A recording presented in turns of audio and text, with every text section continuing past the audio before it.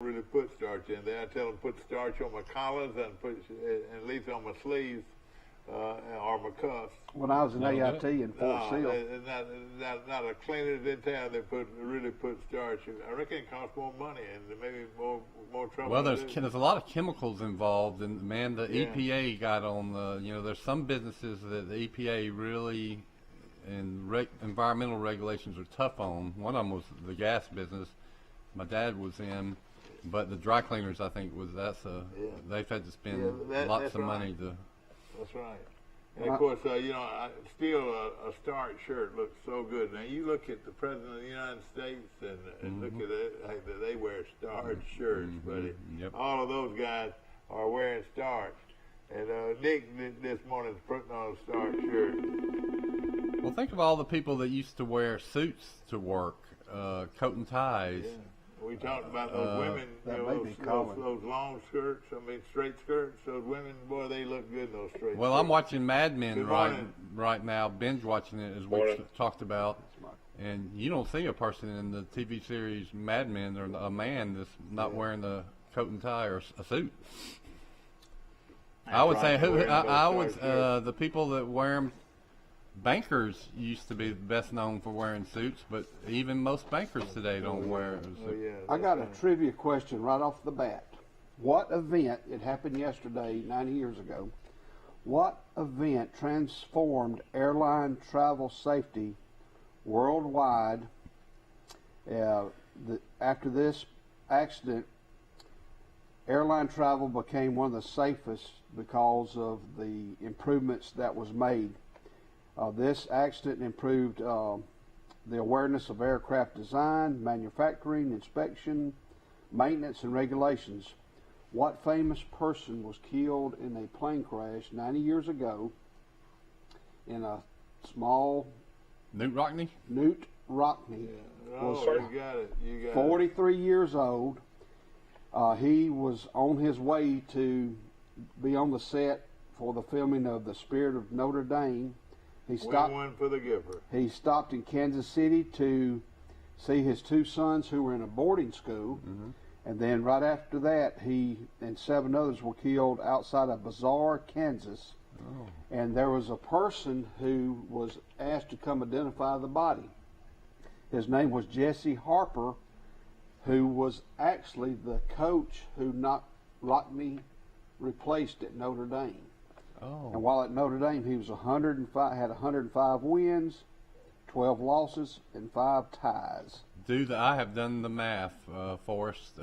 That winning percentage might be to this day the best ever of a coach. And I didn't know he was only 43 years old. 43. So if he would have coached until he was 63, gosh, how many wins would he have? I think he had 6 national championships during that time. Yeah. And over 100,000 people lined the funeral procession, and it was such an outcry for airline safety, and it led to airline travel being one of the most dangerous. Well, have you ever stopped and thought of all the entertainers and athletes who have passed away in airplane accidents? It's a long list. Jim Croce. Ricky. The Day the Music Died. Richie Valens, the Big Bopper, and Herman Munson. Roberto Clemente. Yeah. Well, you can go forward like the lead singer of Leonard Skinner. Ronnie Van Zant. Did John Denver, how did he pass away? In an airplane. He was piloting it. He was a pilot. He lost Payne Stewart. We lost a good one. We lost him. Yeah. He was a great Payne Stewart and his agent, who was Robert Fraley. That's right. Who played quarterback where? Alabama. Yeah, he was his attorney. Of course, the most popular one of all was Rick. What's his name? Rick. The singer. Well, we just lost it. The singer. Bryant. I know, but we lost Rick. Richie Valens.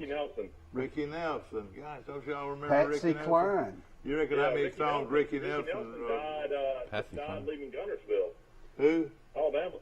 What about he died when he left Gunnersville, Alabama. What about Rick Nelson dead? Yeah, I think did Patsy Cline, Bobby Allison, wasn't he in a helicopter crash? Yeah, he's in a helicopter. No, right? his No, son. that was Alan Kowicki. Yeah, that's right. It was his son, Bobby Allison's son, Okay, what about Alan Kowicki? Davey Allison. Davey Allison. I think there was Alan a lot Kowicki of died. them, a lot of people over the years. Was this film that he was going to do? Was this the win one for the Gipper? I think he was going to be like watching it or Yeah, helping okay, to recreate it. I recently saw a documentary. Maybe it was that ESPN documentary on the 100 Years of Football that was so good, but it talked about what an excellent PR guy Rockne was. He really built the popularity of college football nationwide, but he was constantly promoting, his program.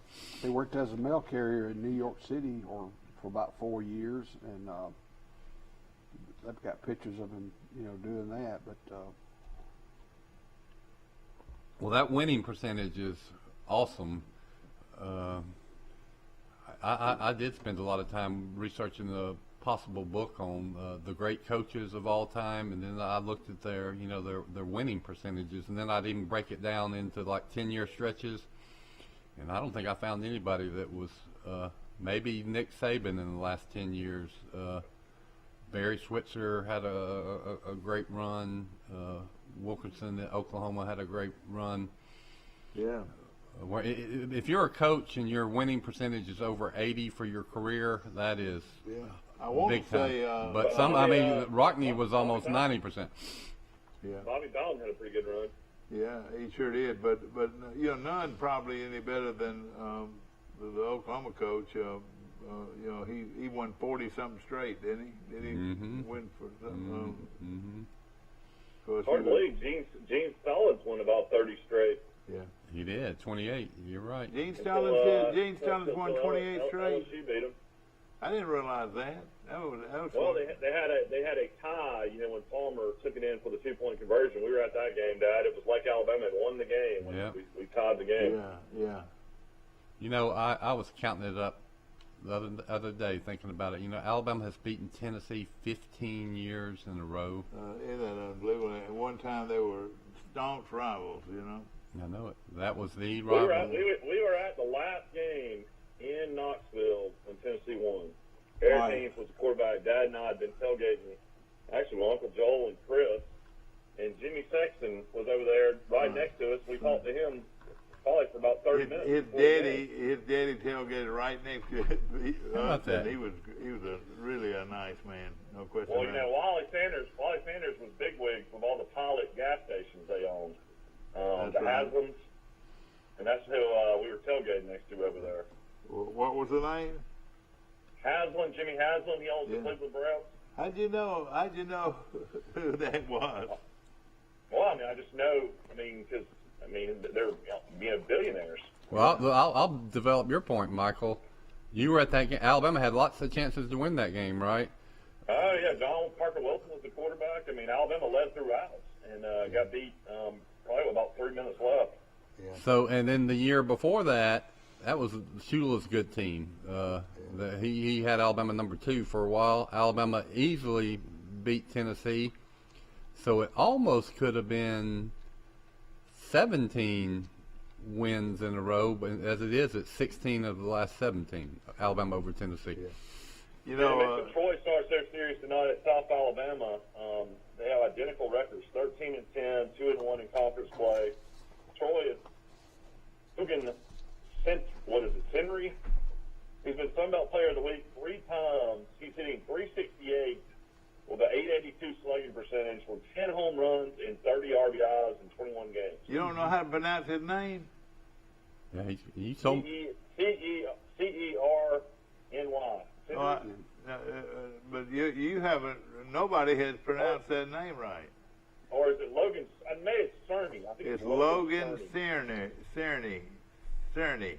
You told me when we went to the Alabama game that he was our best player, and I guess that bears. I don't know if I did or not because the shortstop and the left fielder are the best players, I thought. Isn't he the center fielder?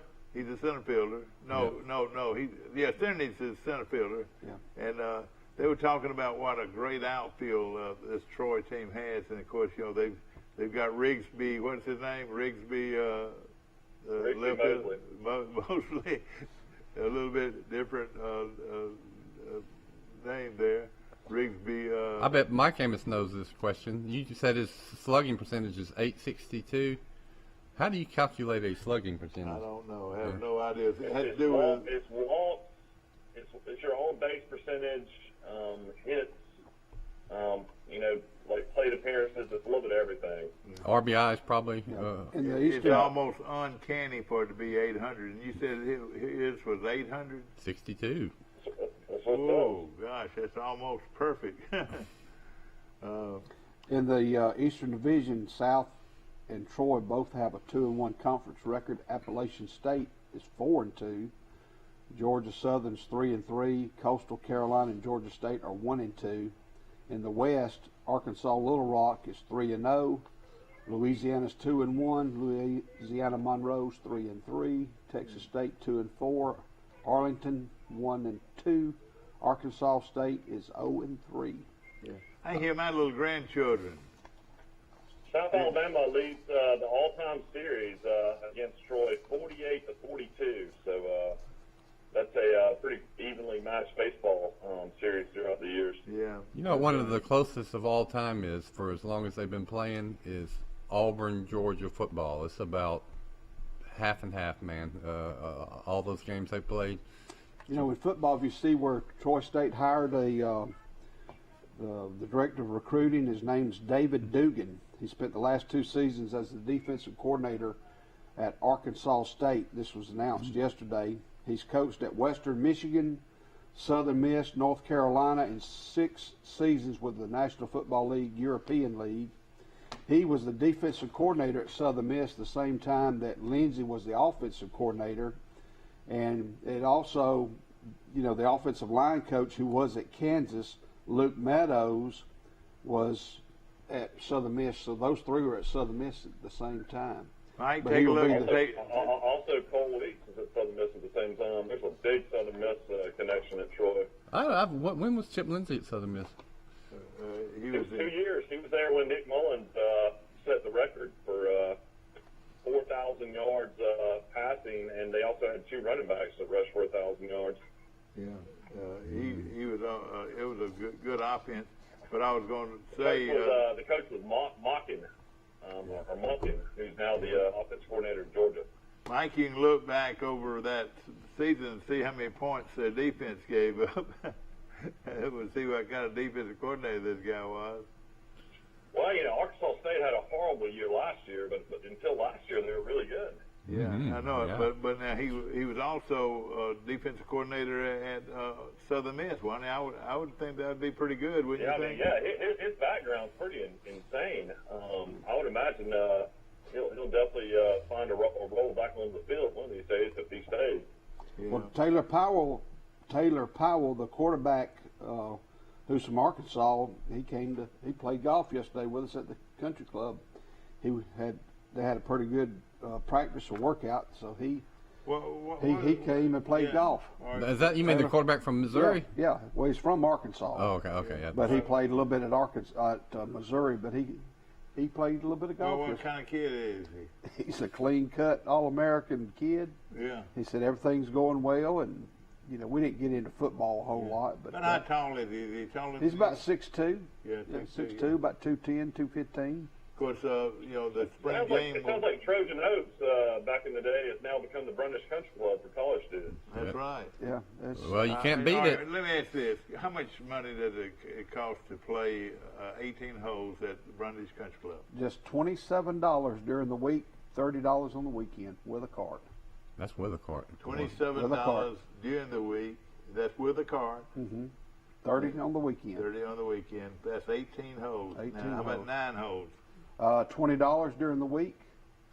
$12 if you walk, isn't it? Yeah, $12 if you walk. So I would say that's what I would push, is you can play golf as inexpensively as $12 a round. And it's pretty flat. Yeah. Overall, it's flat. There's like one hill Yeah, you're right. coming up number 9. And of course, the fairways are well cut. The greens look like they're well cut. As long as the greens are cut well, you're all right. I think. It's greening up. It's real beautiful out there. And How How many times do you go to that Hardee's and get a biscuit before you go to work?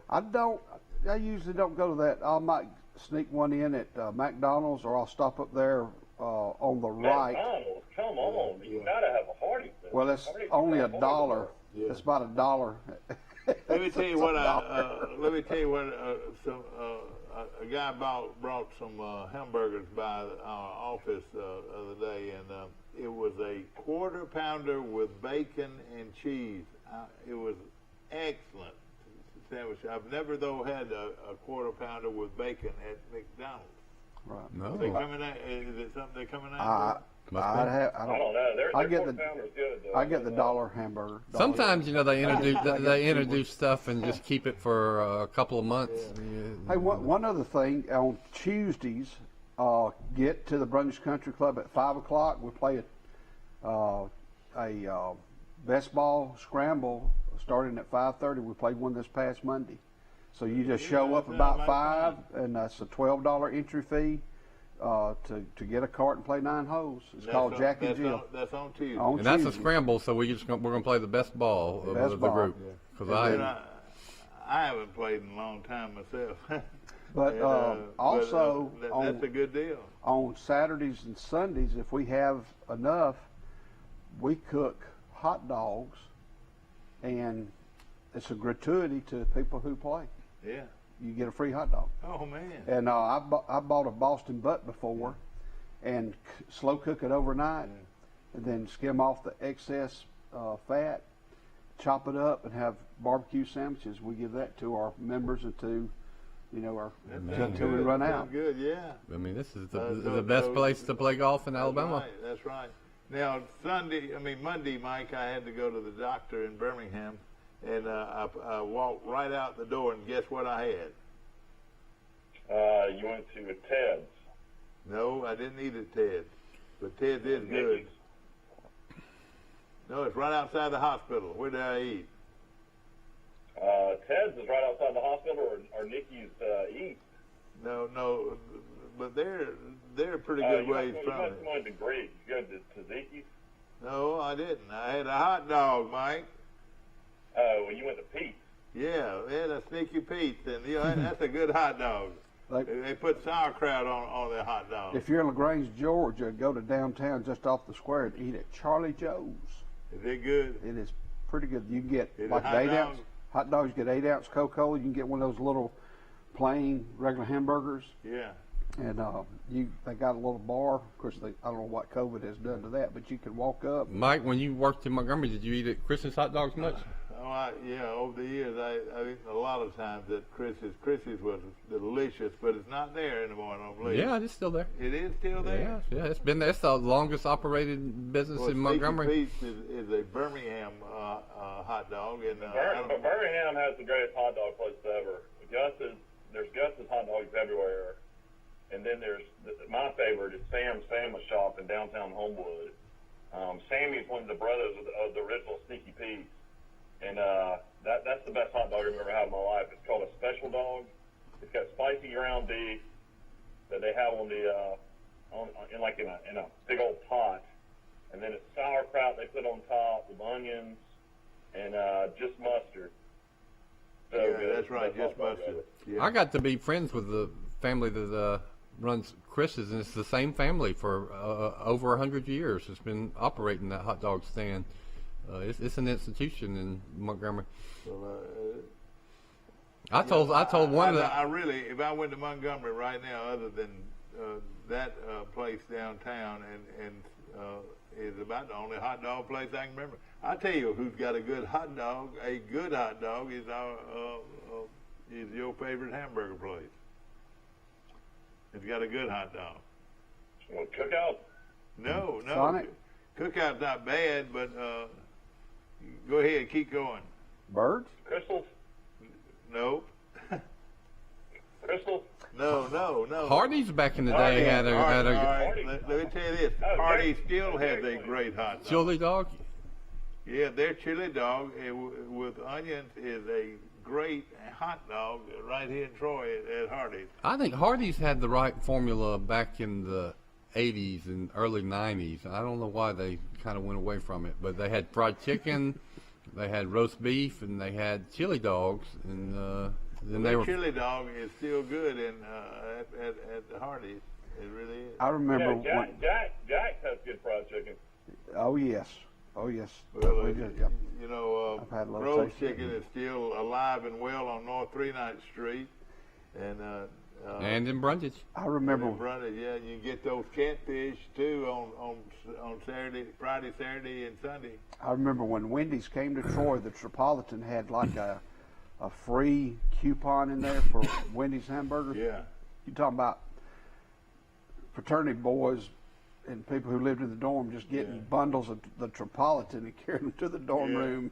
I did a story once on the significance of Highway 231 bypass on the Troy economy and the history of it, how it changed. Worked really hard on it. And one of the things I remember from my research is that Hardee's was actually the first fast food chain restaurant that came to Highway 231 in Troy. Wasn't Jack's the first one behind the church? It might have been the first in town. But that was not on the highway. Yeah, you had. That was an interesting location near CGI over there. Yeah, but you know, and it might have been the first chain. Right. But of course, you had the Red Charlie Wave. Charlie Nonaman had the Red Wave and the Dairy Delight. The Double Delight. A Double Delight. I'll never forget when Burger King opened. That line for the Burger King drive-through was like all the way down Brundage Street. Yeah. That was the craziest thing I'd ever seen in my life. For days, you couldn't get into Burger King. Yeah. I'm gonna tell you what, their croissant for breakfast is outstanding. You can get a double sausage croissant. You can get a double cross with sausage, a double cross with let's see, bacon, and just delicious sandwich, breakfast sandwiches, croissants. And that's sausage, egg, and cheese croissants, or bacon, egg, and cheese croissants. They double it. They double it for $5. You can get them for two for $4, but they double it for $5. Tell everybody what used to be at the location where Burger King is.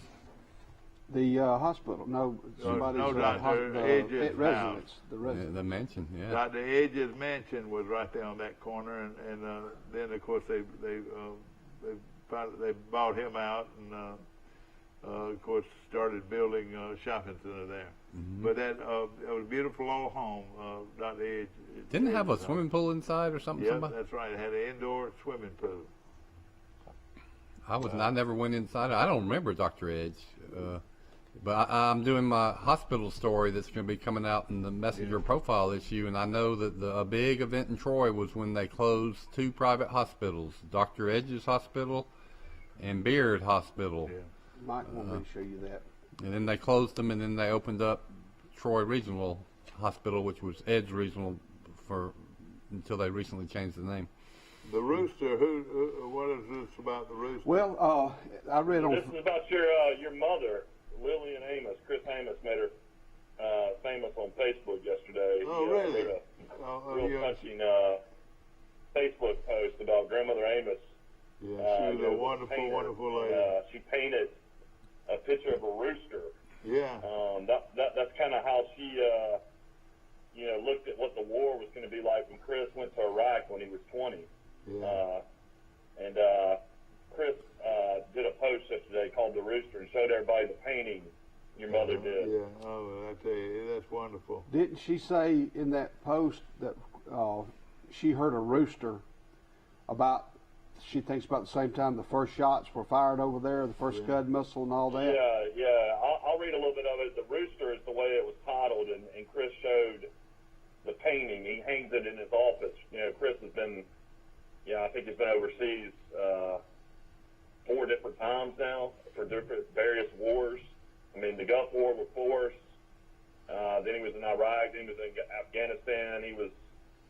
Chris has been over there so many times. It's been unbelievable. But really asked about a certain painting that hangs on the wall and hangs on the wall of every office that I have occupied throughout my career as a civilian and in the military. So here's the story. Back in 1990, I was deployed with my 1st National Guard unit based in Troy in the support Operation Desert Shield and Storm. As you can imagine, that was a pretty big deal for a 20-year-old college student. and a pretty big deal for her family, particularly for his grandmother Amos. Lillian Amos was simply the most tender soul and loving woman you could ever meet. She was also a unique blend of artist and storyteller, and family was usually the topic of conversation with her.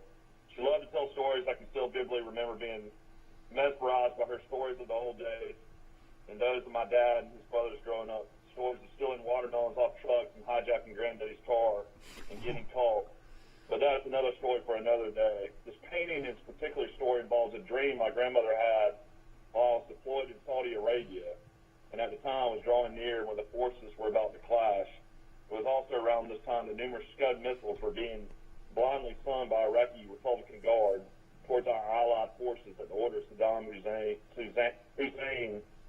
in signified commencement of sorts of inevitable combat. And long story short, after watching all this unfold on TV and the drama around it, my grandmother had a dream before the war started in which she heard a rooster crow before the first shot was fired. She woke up the next morning and painted this picture.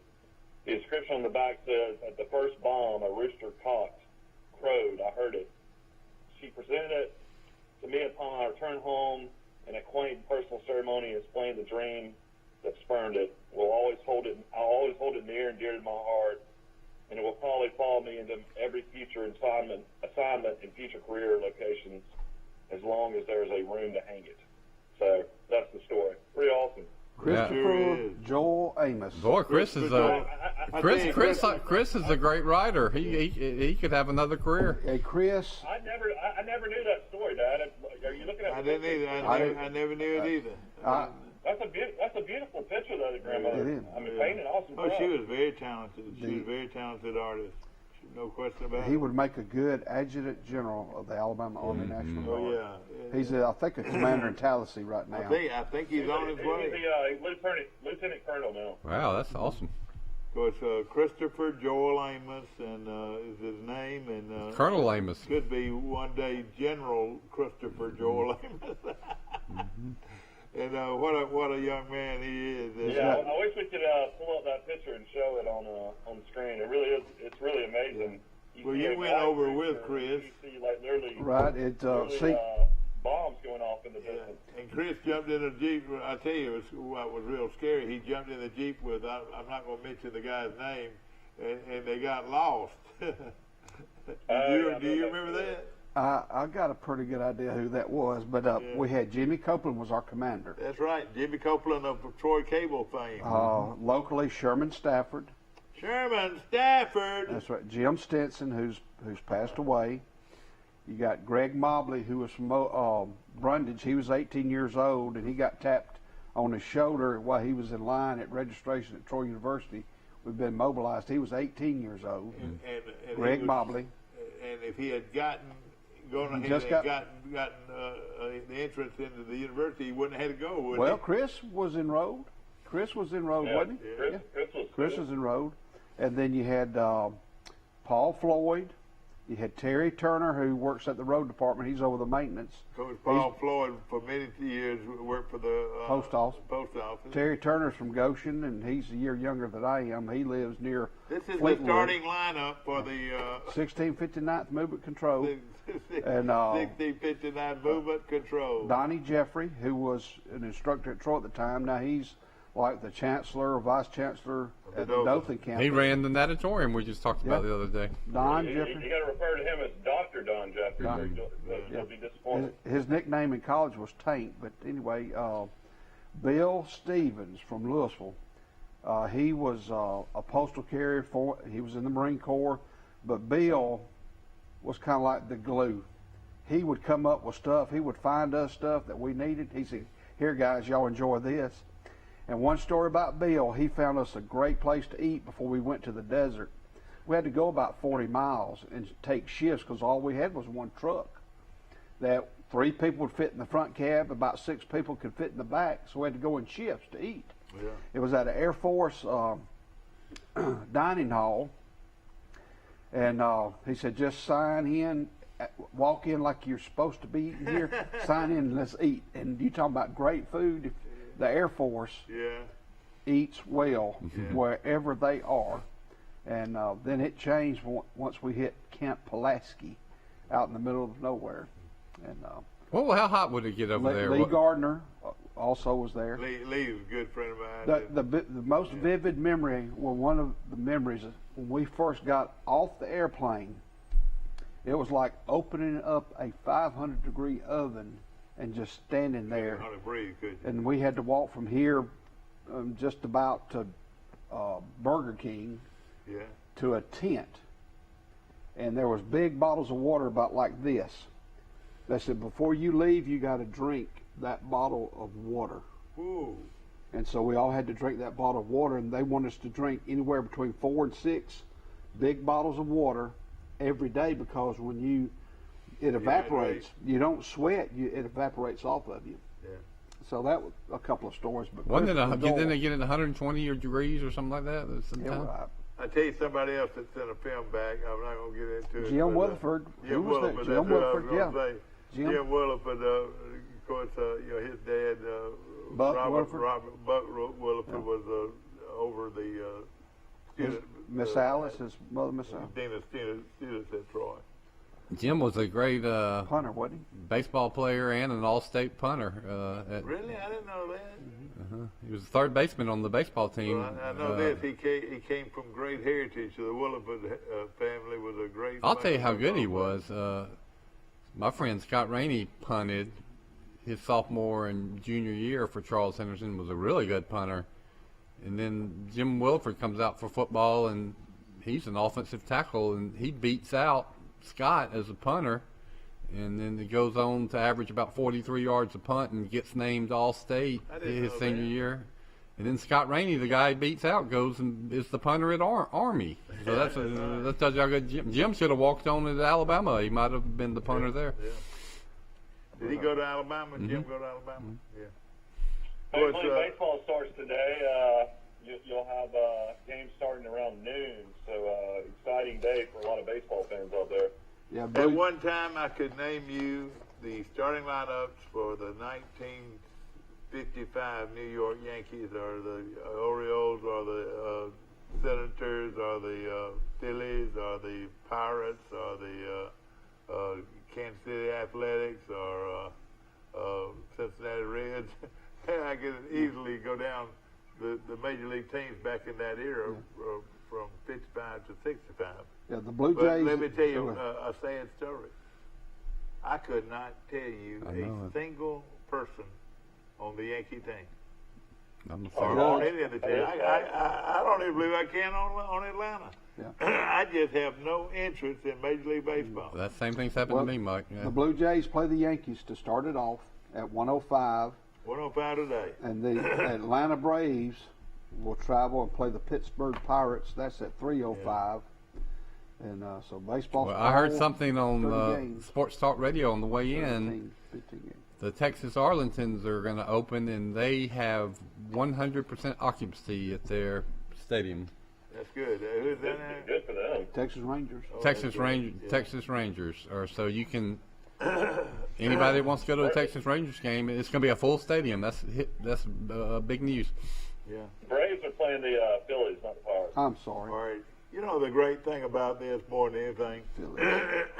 there are not a lot of what we call shut-ins anymore, but during COVID-19, this baseball was a real outlet for people that were home, Yeah.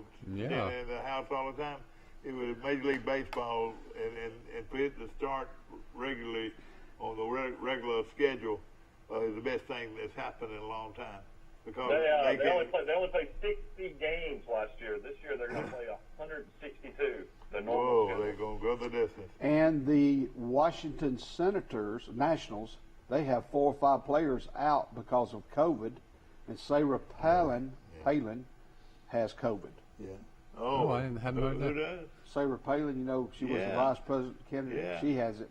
Well, there's 4 or 5 I tell Washington you what, Nationals. everybody I meet down here, they either had the vaccine or has already had the first shot or signing up to get it. It's Well, I am like so everybody's glad. different down I am here. so glad that people that have not gotten the vaccine need to take it, and they don't worry about being sick. There's people that are being sick and people that are not being sick. And I think the numbers, if you looked at it, would, we're talking about on the second go. Right. Well, I had the Johnson & Johnson on Tuesday about 12:30. Yesterday, I was kind of lethargic. My shoulders were kind of tight. Did not really have a headache, but I was kind of zapped. But I feel a whole lot better today. And that you was feel just good that you took the the shot. And J&J. it's going to about affect the fact some that, people, but getting cold again? not That's near probably gonna everybody. get everybody sick. What now? Getting cold again is probably going to get everybody sick. Yeah. But now we still don't know the results of spring holidays for college students, though, do we? Oh, so the spring break's still going on down here. It's going to last another 2 weeks. We hadn't heard any numbers rise that I know of. Is a lot of numbers down there, Mike? I mean, they're not even talking about it. All the news talks about down here is the vaccine. They don't even talk about the cases anymore. The baseball. I live in a different kind of state, man. My state is with DeSantis as governor, a lot different than everybody else's. I was reading Facebook this morning, and somebody commented on a post I made on October 1st. You know what I said on October 1st? I said DeSantis. I said that too. But DeSantis, the governor of your state, I said he is making a name for himself with his bold theories and opinions on COVID, kind of distinguishing the way Florida's dealing with it in other states. I said he will be the number one candidate to be president on the Republican side in 4 years. And, you skip forward 5 months, and pretty much everybody's saying the same thing. I don't even know. We'll just talk about it real quick. I mean, Pence acts like he's going to try to run. I don't think he's got a chance. I don't you think so. DeSantis would be the front runner?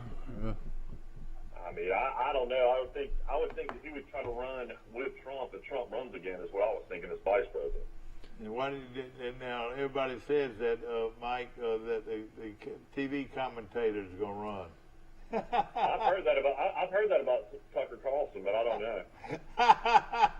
He'd be a mess now, I tell you. I like him. He's fearless, and he says things nobody else is saying. I'm on back in the old days, and at one time there was just 14 or 16 teams in the American and the National League. I'm gonna mention the slugger for a certain team, and I want you to name me that team. Okay. Harmon Killebrew. He was a slugger. Twins, Minnesota Twins. He was with the Washington Senators and then the Minnesota. That's right, with the Senators and then the Twins. Ted Williams. No, that's too easy. Red Sox. Well, a lot of people might not know Red Sox. How many years did Ted Williams seasons did he miss because of About serving 3. as a pilot? I want to say 4 or 5. 3 or 4, at least 3. He Is was his in. family? Is his family still saving his brain? Didn't they put his brain somewhere to save it? The I don't coach know, but at a lot of people think he was the greatest hitter of all time. Stan Musial. Cardinals. Cardinals. All right. Mickey Mantle. Of Yanks. course, that's easy. Number 7, Oklahoma. Nobody has ever worn that 7 on his back. Have y'all ever seen a picture of Mickey Mantle with that 7 on his back? Mm-hmm. That's the most powerful looking shoulders that I've ever seen. They didn't work out with weights and everything back then, but boy, he was sure a strong looking guy. You talking about losing part of your career because of war? General Neyland at Tennessee. Mm-hmm. I think he had 1 or 2 stints. He did. You're right. That Yeah. he would have had a lot more wins. You're right. Yeah, exactly right. What about Gil Hodges? Gil Dodgers. Hodges, a lot of Brooklyn Dodgers, and all right. What about Al Kaline? Al Kaline, Detroit Tigers. He started playing when he was 19 years old, I Yeah, believe. that's right. He was young. But the youngest player to ever play, do y'all know? He was a pitcher. We talked about that one day. Pitcher for the Cincinnati Reds. Newsel? No, it was Joe Nuxall. Nuxall. How old was he? 16, I want to 15, say. yeah. 15 or 16. Who who did Frank Robinson play for? Baltimore Orioles. Orioles. Along And with he was one of the sluggers. Brooks Billy Robinson Williams? too. Billy Williams played for the Cubs. Billy McCovey. Willie McCovey played with Giants. the Giants. Born in Alabama. Played with the Giants. Of course, 44. Willie Mays, the great Willie Mays. Big Mac. San Francisco. From Alabama, Willie Mays from Alabama, Henry Aaron. Henry Aaron from Alabama. The Braves are honoring 2 guys on their hats this year. I saw the numbers are going to be 44 and 35. Who's number 35? That's Necro, number 35, and that's That's Hank right. Aaron, So number they're 44. honoring Joe Necro and Henry Aaron. I made the point that there's no state in the union that can match the number of iconic sports people that are associated with your state in Alabama. We just named them in baseball. Joe Lewis. Well, we're going to get to boxing. Let's do them by sport. Hank Aaron. You could name Bo Jackson in baseball. Well, Hank Aaron, Willie Mays, Stargell. Who else did I miss? Ages. There's four. Ozzie Smith. Sutton. Well, he would. Well, the main ones are Willie Mays, Ozzie Smith from Mobile. Hank Aaron, Willie Stargell, and I'm leaving off one. Football, I don't remember Willie Stargell being from Alabama. not Willie Stargell, Willie McCovey. Willie Willie McCovey. McCovey. Ozzie Smith. But I'm talking iconic players. The 2 iconic players from Alabama are Willie Mays and Hank Aaron. And McCovey. McCovey had over 500. McCovey. But he's not. I'm talking Mount Rushmore type figures in Okay. the sport. Yeah, that's right. Ozzie Smith is. the greatest defensive shortstop ever. But his association to Alabama is also kind of tenuous. He might have lived here for Who y'all a couple. talking about? The iconic figures. The Mount from the state of Rushmore Alabama. of the sport, baseball. Ted Williams But from He's talking about Alabama. oh, from Alabama, yeah. So Billy Williams was from Birmingham. Billy Williams was a good one. Okay, Aaron and Mays. He's a Hall of Famer. Bill Bruce. I'm saying Aaron and Bill Mays. Bruce. Then I'm going to boxing. Joe Lewis. Joe Lewis behind Muhammad Ali, or they're tied. So the iconic figure from boxing was from Alabama. Track. Who's the iconic figure? Jesse Owens. Jesse Owens. So if you had Jesse Owens, you had Then let's talk about football. You could add Bo Jackson. Bo Jackson. You could add Don Hudson. He played at Alabama. You could add Paul Bryant. You could add John Hanna, the best offensive lineman in the history of football. yeah. Darren Thomas. He's not. Well, he's not Mount Rushmore, He's from Miami. but he has an Alabama connection. So just the King Stabler, maybe. Kenny Joe Stabler, Namath. you're right. But the name of I know, it but you're from talking Alabama. about actually born in Alabama, or you played at a either one. They either grew up here or played college sports. But those are some names right there that Bo Jackson would be a basketball. You could include Charles Barkley. yes, sir. That's right, Barkley, exactly. But Jesse Owens is an iconic Mount Rushmore type figure. Yeah. Joe Lewis, Hank Aaron, Willie Mays, So that would be 4. and in football, I would say Paul Bryant. Or you could have Bear Bryant. You could have Joe Lewis. You had 5 of them, but Coach Bryant would be. If you name the Mount Rush, how many people are on Mount Rushmore? 4, I think. 5, I think. 5? 4. Who are they? 4. I say 4. All right, guess who else was born in Birmingham? Track. Carl Lewis. Yeah. Oh boy, that was a good one. After was a Jesse good one Owens, right it would there. be Carl Lewis, but he didn't live here long. Yeah. Where is he? He has disappeared. I haven't heard from I haven't him either. in a long time. Yeah, he tried to sing the national anthem and was never seen again. Oh, really? You mean he didn't have the words to it, or what? Yeah, he didn't do a very good job. Yeah. Of course, the Final Four is You coming up. want to take our first break for the day? We can. We'll be right back to more of Today in L.A. Have a good one. Have a good one.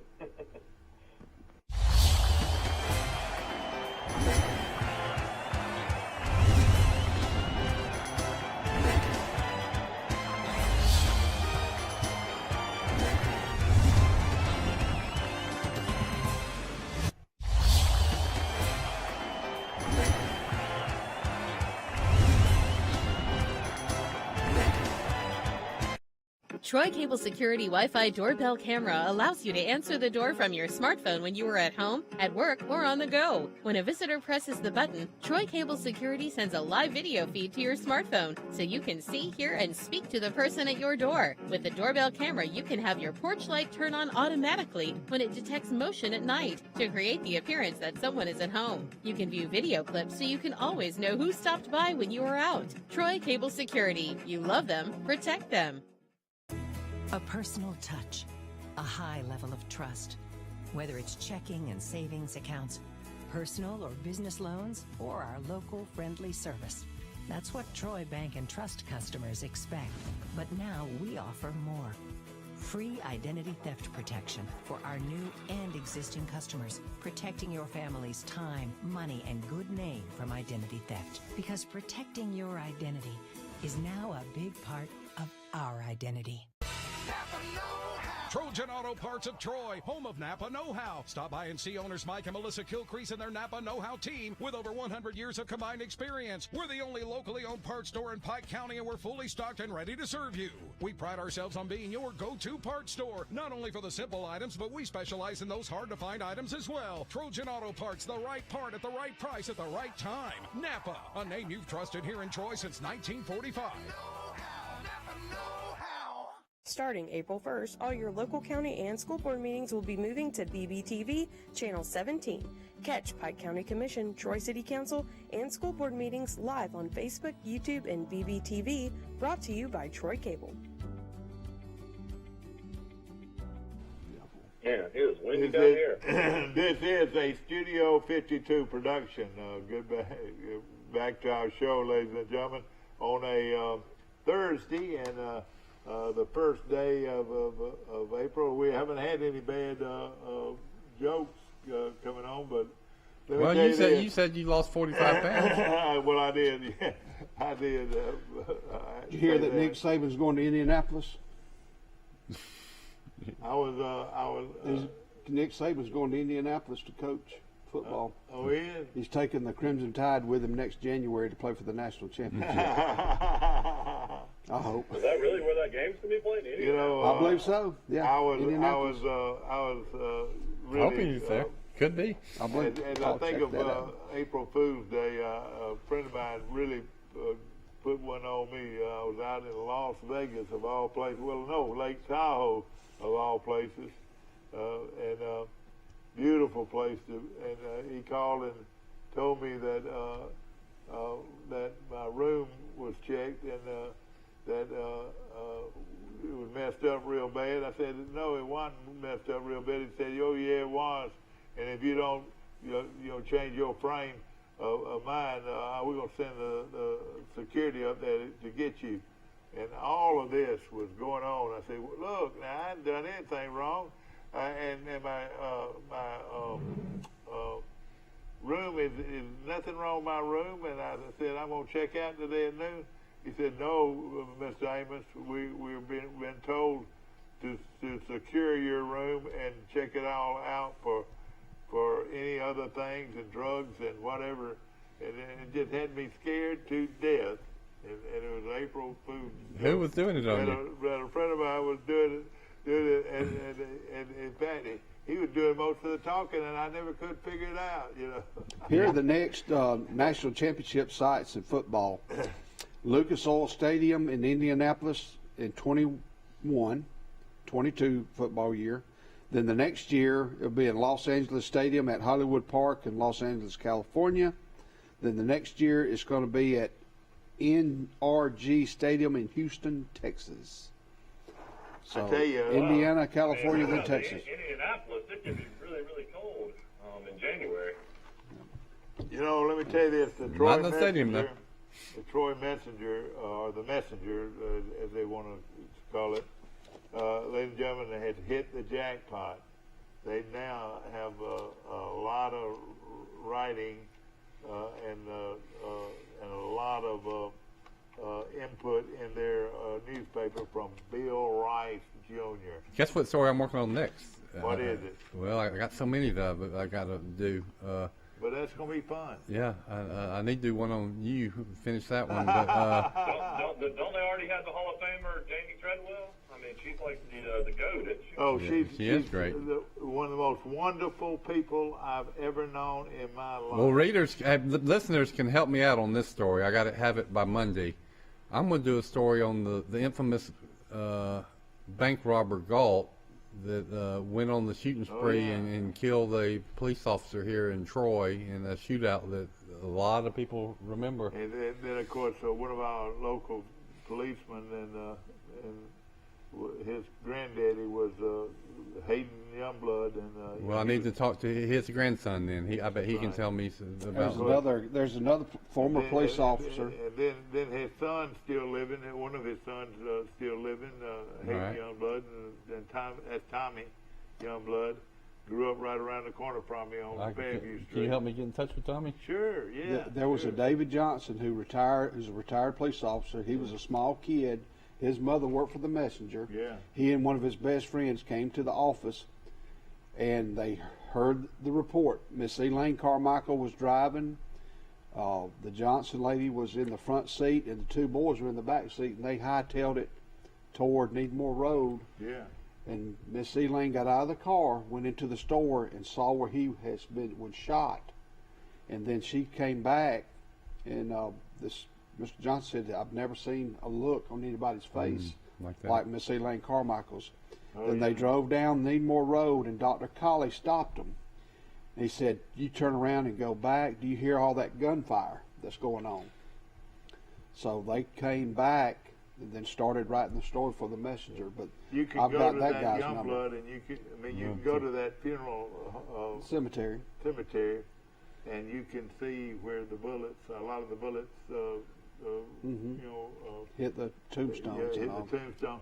He was a very good shot. This guy Galt was, and of course, Wasn't he a he- dentist? He was a he- dentist or something? I want to say Eye doctor maybe? There's probably some archives in the What Detroit about Messenger. this? Is it like the 50 years or 60 Well, years? history, great, unforgettable events in history are always good It started stories. off in Ozark, where he robbed a bank, and then he went on up through Louisville, and I want to say he shot the sheriff that was standing on the corner. I think so. in Directing Louisville, traffic. and he came up the old Eufaula route, I call it, from Louisville, and he came on up and went to a store. It was the store was owned by It's a country store, right? country store right there on the corner of where you turn I think to go. I think the building's still there. Back in the day, they didn't have the spikes they could put out in the road to make his car have flat tires or anything. They didn't have stuff like that back then. I don't know. I don't believe they did, but They could have somehow disabled that car or shot the tires off. later on he went down the Needmore Road, where Jimmy Lunsford and a bunch of my old friends Where the grew Morgans up, live. grew up, yeah. And the Brantley, the Brantley store. It was Brantley store, and that's where Hayden Youngblood, of course, went in to try to get a shotgun from the lady that owned the store, and when he turned around, he was shot through the screen door. And these are just things that I remember You can't forget, reading about and so forth. And then he took off after he did that, and everybody chased him down to that cemetery. And I want to say it was 1962. yeah. What was the name of the cemetery? I just got blocked. Yeah. Let's see from the. But let's see. it was quite a story of what we don't see here or don't ever see anywhere was a bank robbery. And it wasn't in our town, but he was. And Scarborough, the local guy that was everybody thought he didn't have any sense. Well, he had more sense than a lot of people see.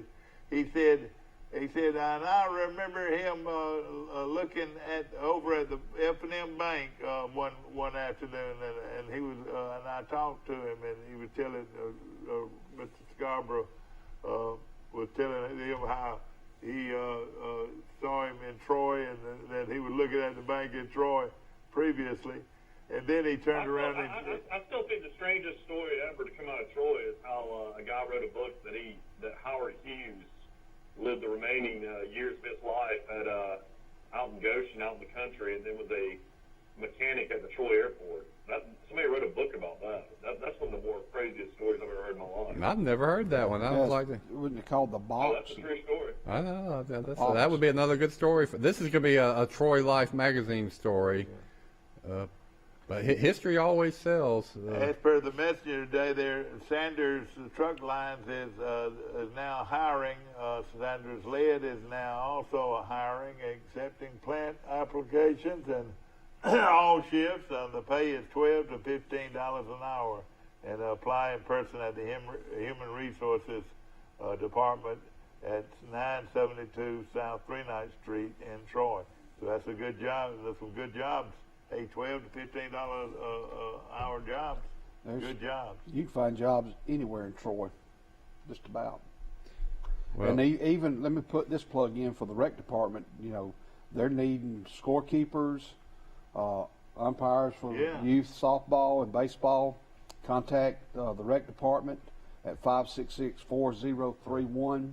I just had lunch with Dan earlier in the week, and they're having a hard time filling those slots. I wonder why. Because of the COVID? I don't know if people might be getting something in the mail that's free. Troy University is really promoting the weekend of April 9th through Sunday, April the 11th. That's Friday, April 9th through Sunday, April 11th. They've got a baseball game against Texas State at 6 o'clock on Friday night of the 10th. And then at 6 p.m. they've got a softball game. This will be a good one, softball game against Louisiana. Then on Saturday you got T-Day at 1 o'clock. You got softball versus Louisiana at 3, and baseball at 4 o'clock against Texas State.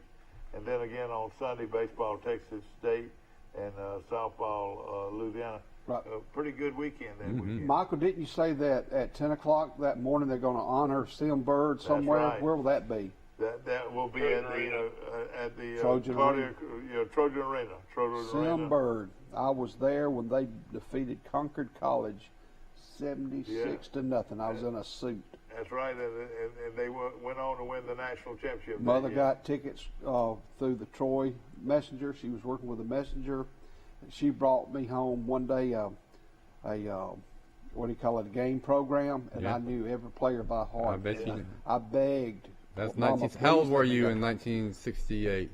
I was about 9 years old. Elaine Carmichael and her husband, Mr. Glenn, my daddy Joe, and mother Bonnie, and I was there. Yeah, other than maybe Doc Anderson and Doc's, you don't see Doc's staying in a little bit, because of the COVID, and good, he was the trainer and track coach too. And he was later on the track coach, but he was a trainer on the national. I know it, but again, none of those guys can remember the players like I can. I can pretty much name you every player on that team. I know, but didn't you play with the majority of them? Oh yeah, that was the last year of Coach Clipson. Bill Clipson. Yeah. Actually, no, they got rid of everybody and brought all brand new players in, didn't they? Well, not at that time. I think the list had 8 names on it that they wanted to continue to be on scholarship. you could be on the football team. They tried to put you in the transfer portal, but you didn't transfer anywhere. But let's just say this: if back then, if you played football, you didn't want to be. You wanted a scholarship, and they didn't give away but 8 scholarships. Wow. After the spring. So you could have walked on easy, and there were a few people that did. I never asked you that. Is that something you always regretted, that you could have been on the national championship team? Well, not really. let me tell you this. I knew that I was not a very good. I was a very good high school player. I'll tell you that right now. And I think most people that remember me will say that about me. But I was not a college player. I couldn't run. I didn't have good speed, and we didn't even work out with weights when we were growing up.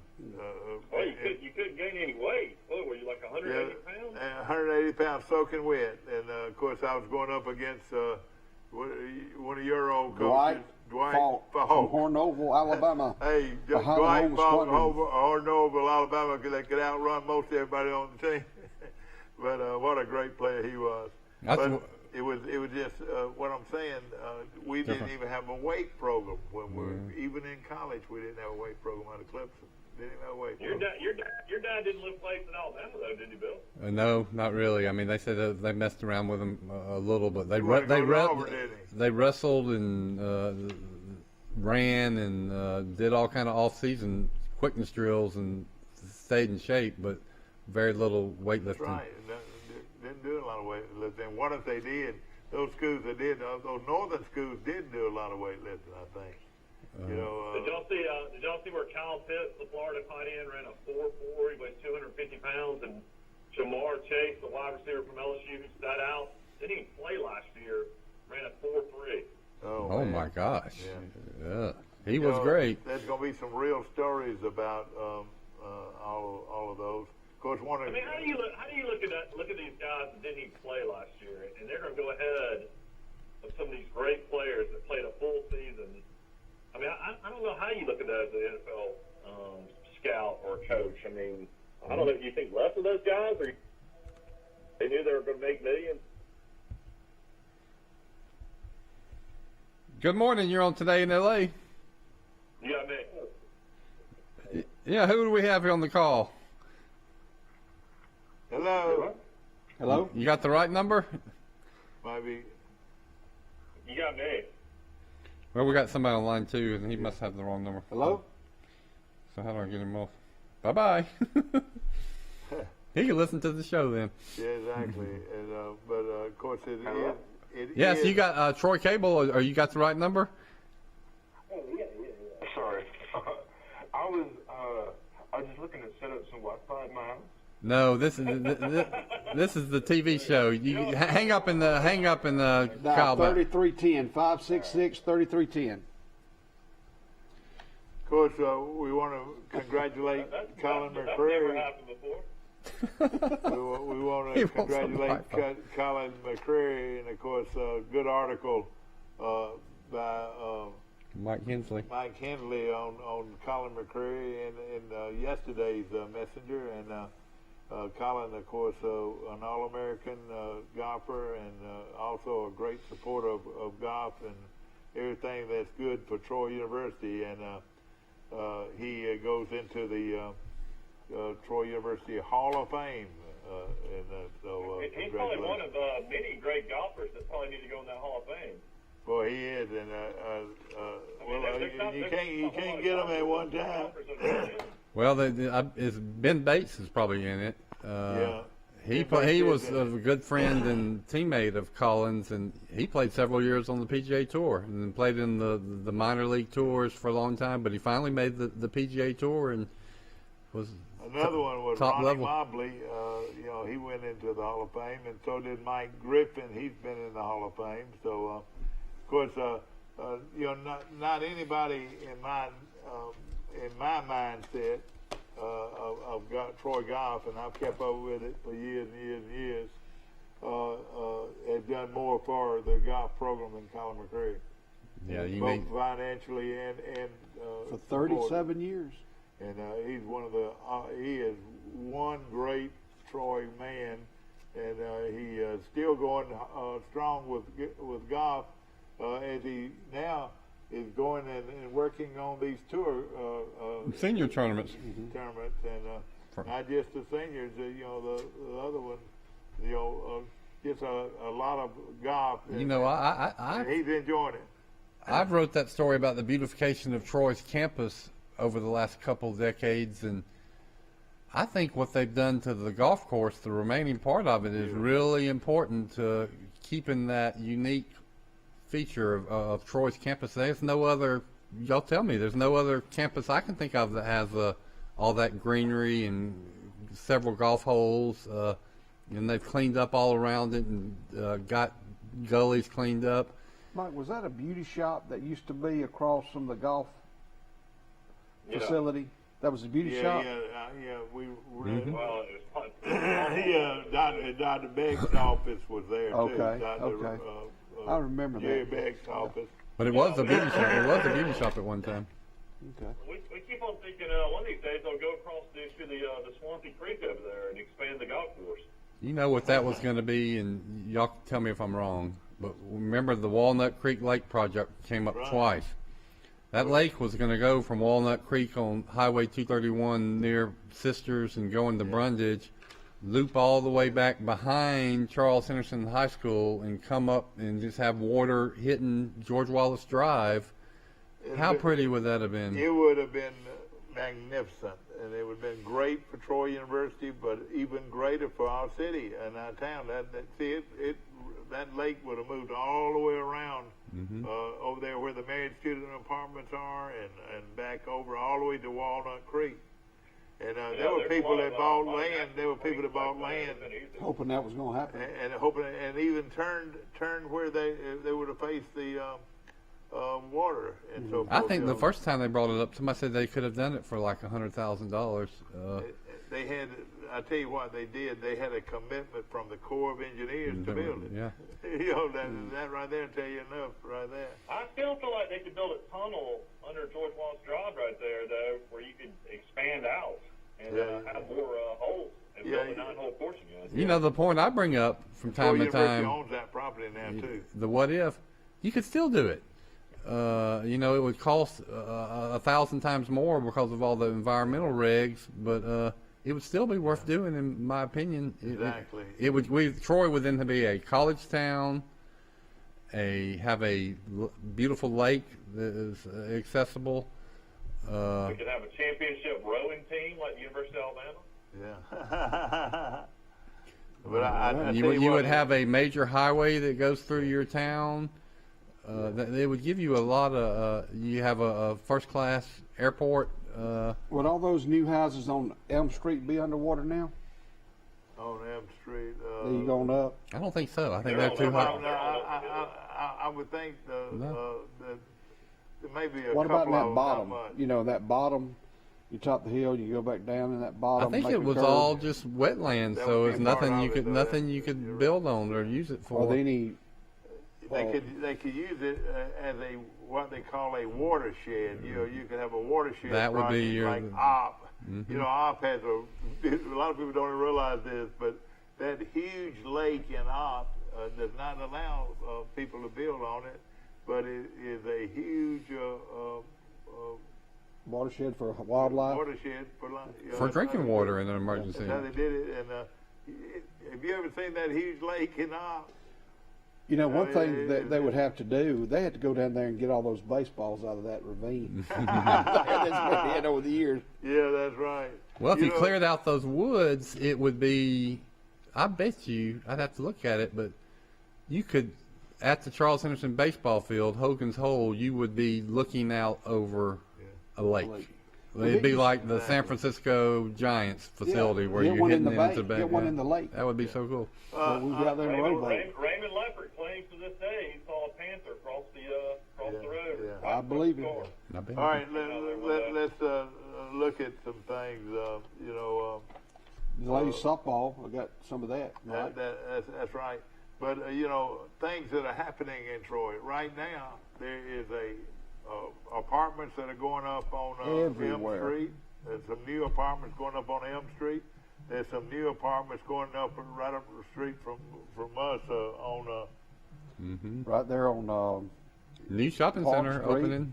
They've been working on for South 2 years. Brundage New shopping Street. center, yeah. Well, how long Hello. has that been? About 3 years?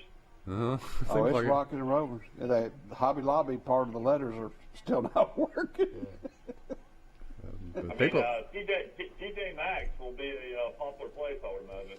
Planet Fitness is coming to When Troy. does TJ Maxx open up? I'm not sure, but Planet Fitness is coming to Troy. Is it really? Yes, sir. They're putting it in right behind Crystal. They're revamping What that. is Planet Fit? It's a Change. exercise. 24 hours. Yeah, 24-hour fitness. Another It's fitness coming to program. Troy. Let me tell you what. Now, right now, our theater is closed. What are they going to do here? Are they going to move a theater up closer Surely to somebody. I don't know. No, that would. I would think you already got all the infrastructure. I think a good article for Bill Rice to write one day is why did Troy move towards Brundage and Dothan instead of move towards Montgomery? I've always been shocked by that. They still got a chance to do that, you know. Called landowners. Yeah. Probably don't want to sell. And of course, they've got a subdivision there now that's one of the nicest, two of them, two subdivisions. Heritage Ridge. Right there. Heritage Ridge and Palos Verdes State. That's right. Yeah. All right. Yeah. There's another nice subdivision going up. It's the Carolina Girls own it. They have signs all over the place. When you go to where Cahaba Bank is, and you're Yeah. going toward the Sportsplex. Yeah. Right before you get the Sportsplex on your left, there is a nice subdivision being built there of probably $200,000 to $400,000 houses, Yeah. or at least 2 to 3. Yeah. And but they had an open house this past weekend, but it's called the Carolina Girls. Yeah, exactly. No, Oak Park That'd is be a great place to walk, being right next to the Sportsplex over there. And Oak Park, Yes. Oak Park is expanding. And I tell you what, a lot of people do not drive down this way much, but after you pass David Ingram subdivision, you'll come down to the bottom. Prospect Ridge. Prospect Ridge. Have you ever ridden back there? Yes. I wish we had another outlet. People in Troy that have not been. You want to Ton know of if Troy's houses, growing? yeah. If you want to know if Troy's growing, ride down that. There's hundreds of houses down there now. You're right. We need an outlet for those people because Spradley Drive bad. is a fast lane, Yeah. dangerous I place to read be. those posts on Facebook the other day. I didn't realize how bad it was. They were really heated. You know, I looked at a house on Spradley Drive when I moved back to Troy, and I had 2 small children, and Yeah. it didn't take long. And I said, I'm not Well, I mean, putting, and then, of course, letting those kids walk out in Spradley Drive where people are flying down the road and not seeing children. they probably need some speed bumps and maybe a light, a blinking light, yeah. or something. You know. Well, that red light, the red light at on Brundage Street, on down there at Brundage at Hardee's. You talking about you better wait when the light is green. You better look both ways Okay. You're to right. make sure quiet. everybody is stopping because Where's that now? Exactly. that's coming out of Spradley. When you Yeah. get the green light, you still better look left and right to make sure everybody has So stopped. they're coming hard, are they? 18-wheelers or whatever. Yeah. And then at Brundage, at Hardee's and Brundage, that red light, people are running that red light every day. Be careful there too. And what burns my goat is you got this little stop sign down there in Oak Park. Nobody hardly crosses that. You can come to a stop and just roll. I've seen a state trooper and a police officer stop people for running that little stop sign. Yeah. But then within seconds, I could go up to that red light on Elba Highway, and there's an 18-wheeler.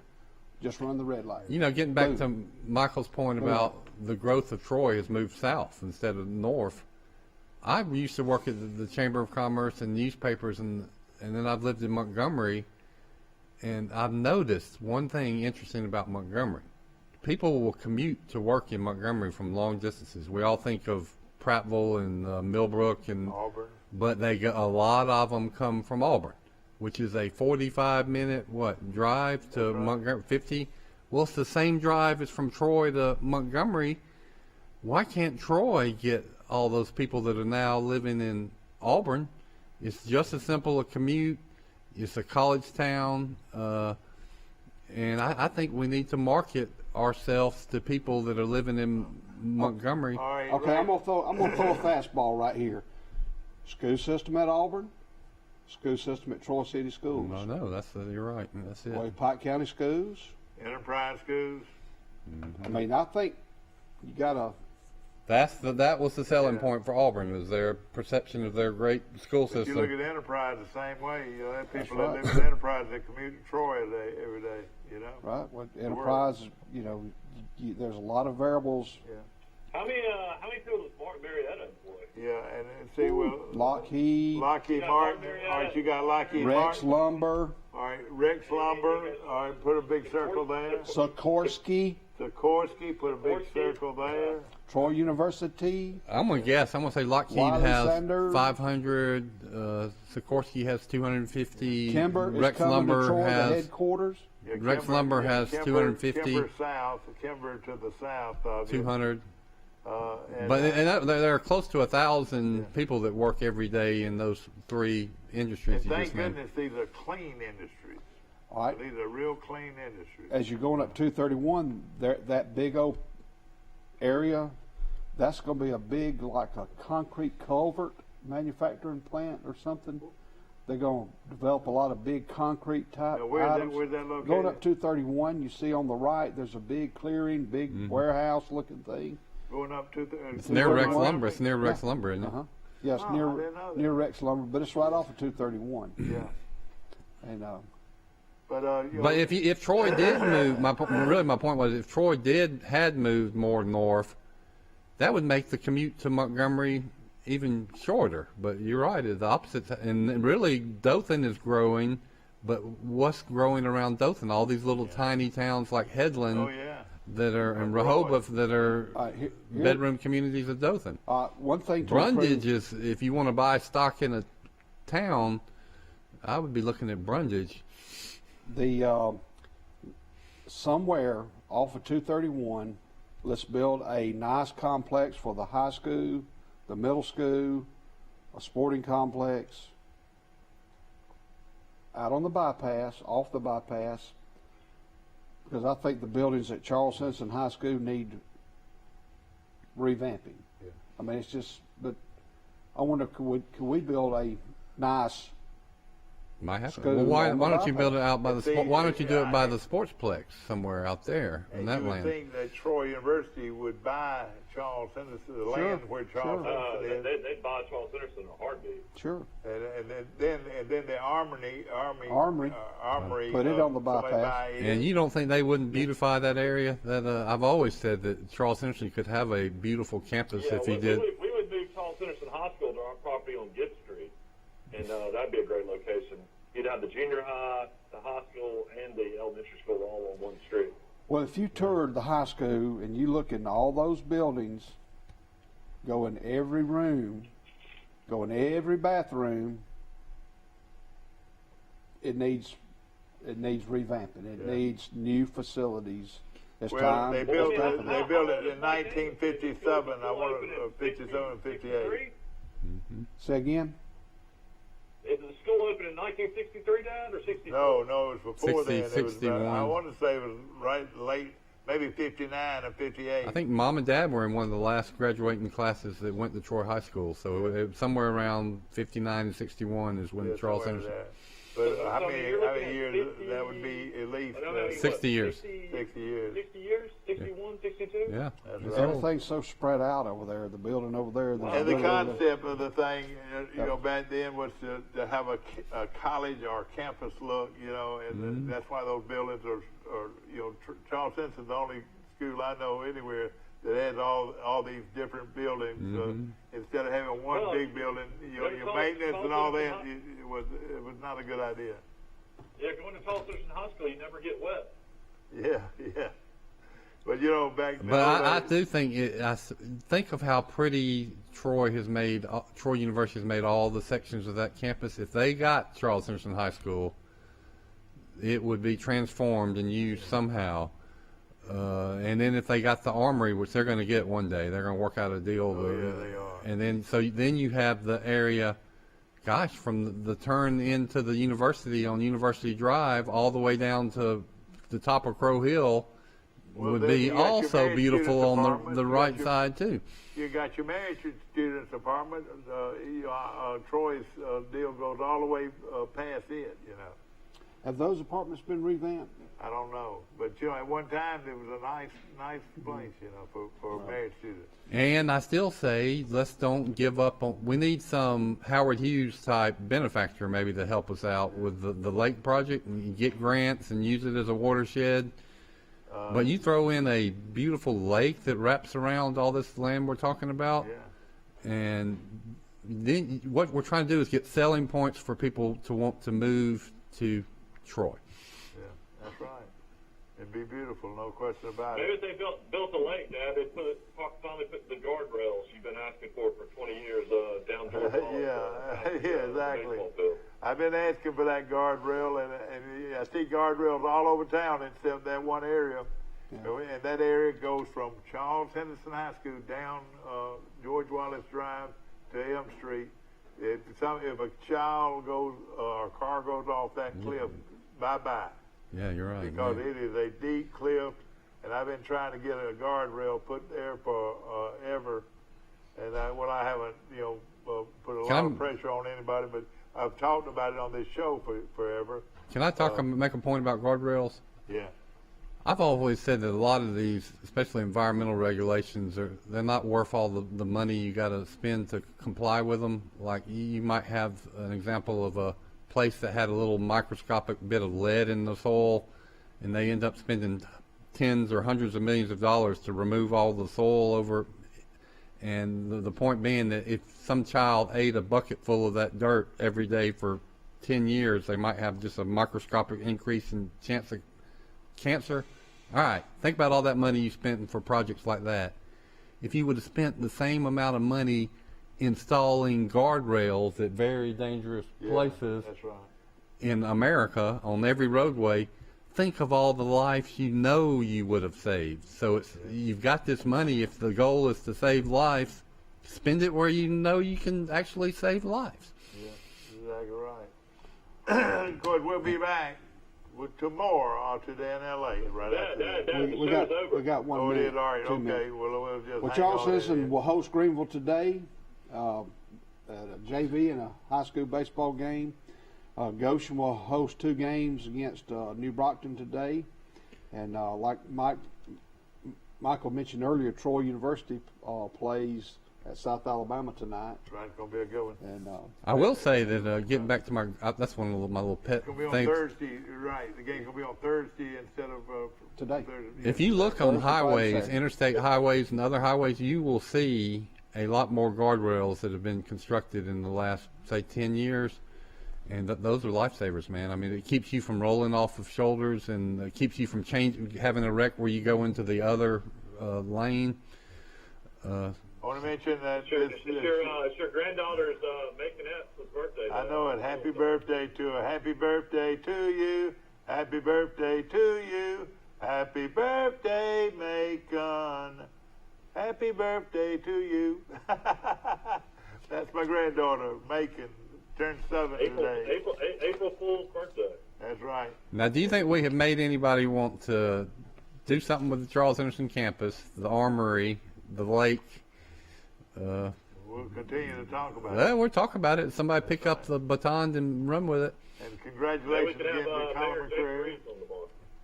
And we appreciate all his efforts over the years to make that beautiful golf course right there. He had a lot to do with it. We'll see you tomorrow bright and early for Today in L.A.